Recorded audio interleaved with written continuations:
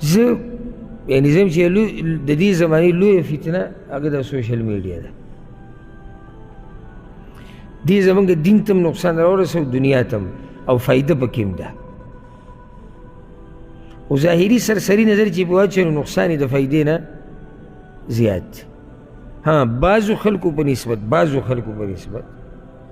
فایده ډېره ده، خو د عامو خلکو دپاره پکې نقصان هم ښه کافي حده پورې شته. زه د فایدو نه منکر نه یم، خو نقصان کافي حده پورې دی. او زه د پښتنو باره کې دا وایم، خفه کېږو به نه، چې پښتنو ته نقصان ډېر اخیستی، فایده به یې ترې ډېره نه اخیستې. زموږ پښتانه چې سوشل میډیا ګوري څه لپاره ګوري؟ یعنې څه تعلیمي معیار پې اوچتوي، څه د دین د نشر کولو لپاره؟ ډېر لږ به وي. قوم ته څه فایدهمند څه پکې ورکوي پیغام؟ نه. زمونږ ما تاسو ته مخکې ورځو کې وویل که نه، چې په سوشل میډیا باندې زمونږ مشهور خلک چې کوم دي هغه یا لیوني دي، یا ډمان دي، یا بیماران دي، او څه یعنې څه به ووایم زه اوس، که دا ټکې ووایو سخت به وي، خو زه څه عجیبه خلک به زمونږ هغه زمونږ د قوم ترجماني کوي. یو سړی به لیکي په سوشل میډیا خبرو چل به ورنه ورځي، دا خلکو مشهور کړی، هغه په علماو هم اعتراض کوي، هغه په سیاستدانانو هم اعتراض کوي، هغه په ډاکټرانو هم کوي، هغه په انجینرانو هم کوي. د پښتنو خبره د کافر زوی یعنې په هر څه دی پوهېږي، په هر څه.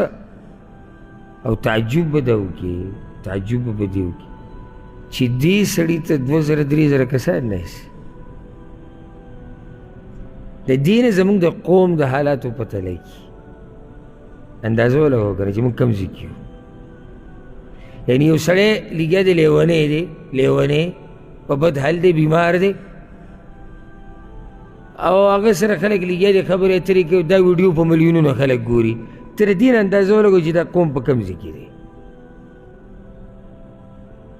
د ډم ویډیو، دروغ، مسلمان تنګول، او په دا ویډیو چلیږي. دا زموږ د قوم هغه د معیار پته ترې لګي چې موږ په کوم ځای کې یو. یو بل ته کنځلې، په یو بل پسې بدې ردې. السلام، حياك الله. يا هلا، كيف حالك؟ الله الدنيا الآخرة يعمل جنة. آمين. شوف أنا في يوسف ساكن في بيت شابه جنبه هذه، أنا عندنا بزوج زوجتي لا يجيب أم. الله فرمان إبراهيم. صباح لا دقيقة فرمان جنبي هذا جنب مشان صوت هذا ولا جدار.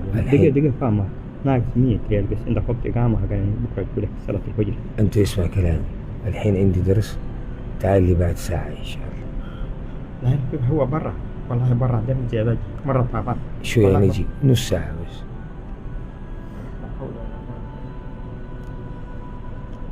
خبره موږ څه کوی؟